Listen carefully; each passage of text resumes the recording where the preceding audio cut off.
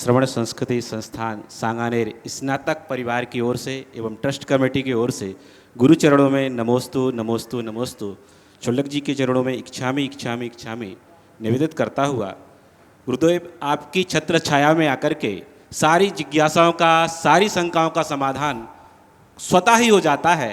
फिर भी हम अल्पज्ञ हैं और एक जिज्ञासा भी आपके मुखारबिंद से समाधान में निकली थी कि जैन जी का ज़माना है और इसमें एक एआई बहुत बड़ा विकल्प हम सभी के सामने है।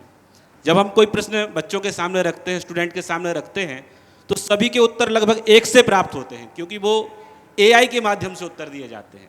तो प्रश्न ये है कि एआई इस जमाने में लाभकारी है कि हानिकारक है? देखिए, एआई कहीं से बुरी नहीं है अगर हम एआई के साथ आध्यात्मिकता को जोड़कर चलें। समझ गए? आध्यात्मिकता के साथ एआई का उपयोग करोगे तो एक अच्छा साधन बनेगा, और आध्यात्मिकता से विमुख होकर के कोई इस एआई का प्रयोग करेगा तो किसी न किसी उलझन में उलझ जाएगा। चीज़ें हैं समय के अनुरूप बदलती। आर्टिफिशियल इंटेलिजेंस की तरफ हमारा ध्यान है। इसको बनाया किसने? बड़ा कौन है, एआई या हम? फिर एक बात और है, इस एआई के दुष्परिणाम भी सामने आने लगे हैं। अभी अमेरिका में एक बड़ा अभियान चला है।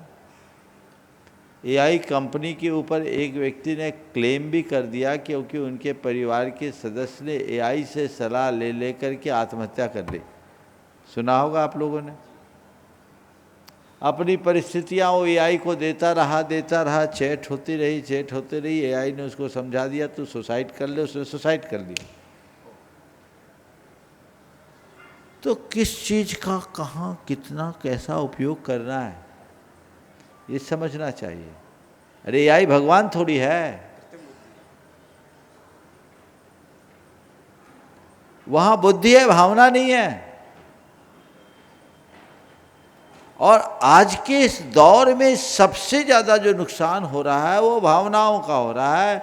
मनुष्य, एआई तो अब आई है, लेकिन बुद्धिवाद के बढ़ते प्रभाव ने मनुष्य की भावनाओं को एकदम नष्ट भ्रष्ट कर दिया। उसकी भावनाएं समाप्त होने लगी, और भावनाओं के न रहने से, भावनाओं के सूख जाने से संवेदनाएं खत्म हो गई। जीवन यांत्रिक बन रहा है और लोग यंत्राधीन हो रहे हैं, इसलिए बिगड़ रहे हैं। अतः मैं कहूँगा एआई का इस्तेमाल कीजिए उतना ही जितना ज़रूरी है, आध्यात्मिकता से जुड़ करके।